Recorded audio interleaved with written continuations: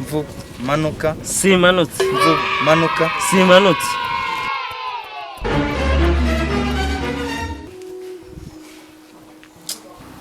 Ariko mvubu Mvubu bene manu ubu nziritswe hano woshyene izira kunyura mu ntabira atari ukubera irari ryawe none we nta nisane ngarika mvubu wongere nkwereke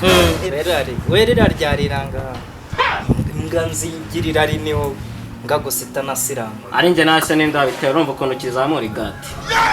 nta nubwo ruba rureba kandi shagikomeye uko ari nje nasane ndabiteye se wabiteye uzamura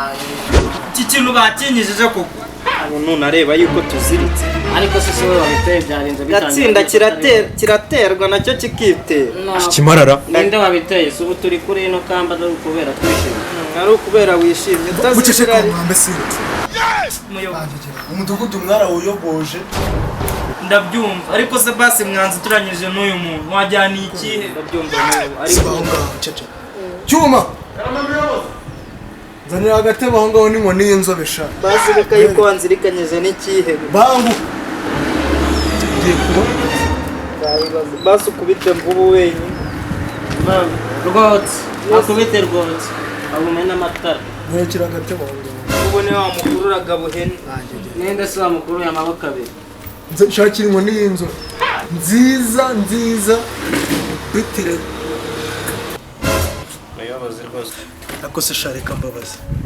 muri uriya mwari mwamushakaga hiki tubajije ikibazo cyiza ariko nanone ndarenga mwamuzi neza yuko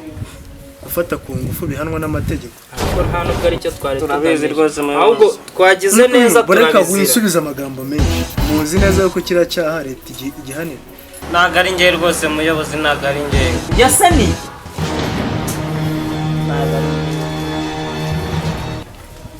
uravuze ngo ntabwo ari wowe ntabwo ari njye rwose muyobozi nawe ntabwo ari we wafashe umukobwa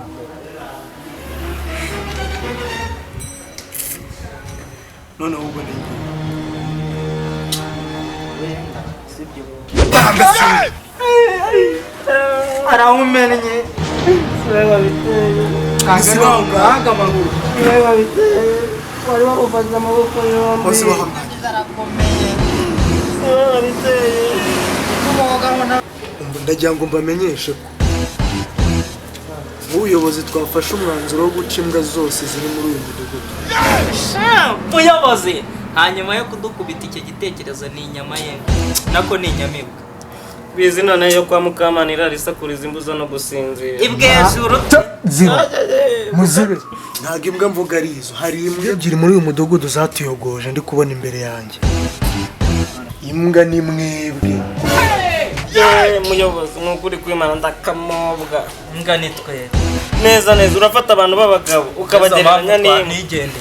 cyangwa mwangigera simureba ntabwo ashaka kutwica abayobozi barakwiye uko wagira hari umutwe w'ikiyo w'ibyihebe yayobora umuntu urwana wajyana intagondwa noneho yageze ku nzirikanya n'umuntu ukomeye nk'amabuye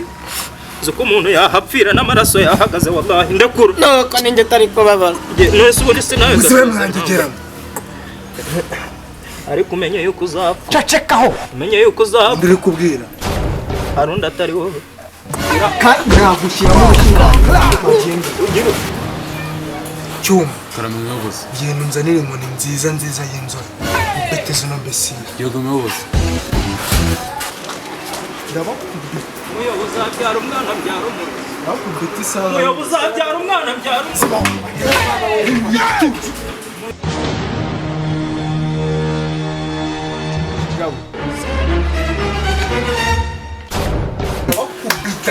cyuma banguka niyo nkoni nkwereke umamagare na wa mugabo wo hepfo na wa ntabare nkwereke mfashe gukubitanya none ko utangiye guhuruza nzanira agira vuba si ko wagira ngo ateye ibyi ngaho ndore noneho rero umuyobozi ngiye bure ceceka nzira nisengere hafi senga vuba banze ngiye mu muhu ndazorangiza amasezerano nagiranye n'uhoraho nambaza izina ry'Imana baba we nimukomeye imiryango mwese dushimira Imana tuyivogereze mana wenda pfuye ndabakubitira muri Bibiliya ahubwo ndabakubitira muri Bibiliya pe cyuma kasengere nzajya mu reka sengere nzajya dutinda dusenga kandi muyo kandi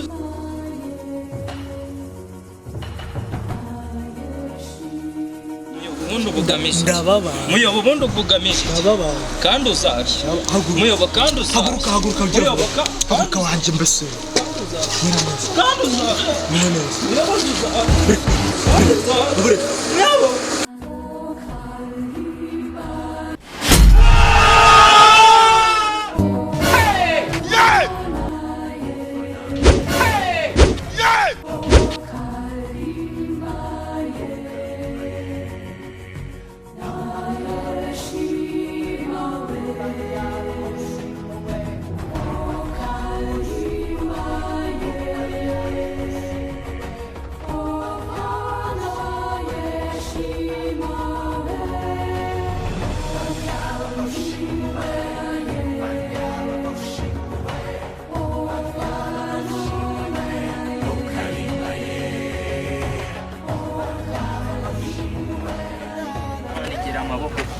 Imana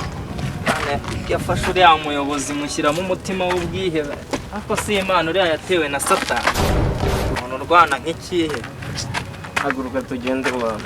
yihoreresha za nkoni bankubitaga bazinkubitaga zinsubiza mu butaka reba urabona neza nk'uko narinyireze bashahorushya hanyuma yo gukubitwa tugize ute turasubira amubonye si utumye dukubitwa ahubwo ikintu ntekereje nawe uragitekereje byadanda ahubwo reka mane nkwereke none aroshya baburetse bazinkubitaga nsubira hasi do babyita gusubizwa tugiye kwihorera we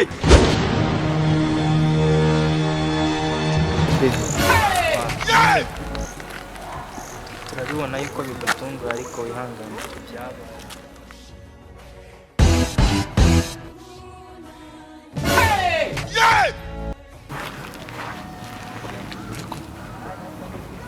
zasisanzogera tumaze gukubitira hariya babaye kumwe si wa mukobwa twabamureyeho ndabona ari urekureyeho kumana ari kwikora hagati y'amaguru ndabona bari kuvugana neza nta kibazo katubegere twumve nawe baje ubu ukuntu akubeshya si turi inshuti tubabaririra tubabarira turi inshuti tubabarira ni ukuri noneho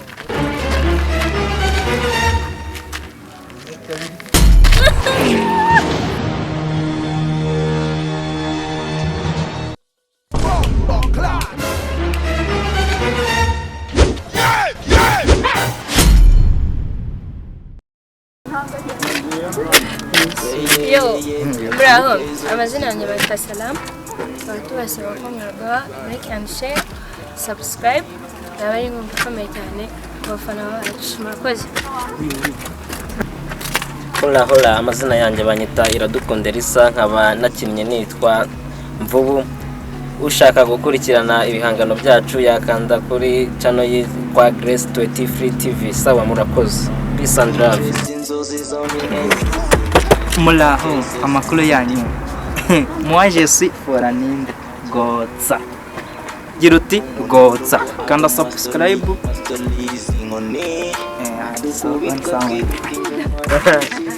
Hola les genshi amazina yanjye nitwa Ndashimiye Hasani nkora kuri channel yitwa Grace 23 TV abasaba gukora subscribe kugira ngo ujye ubona ibintu bishyashya buri gihe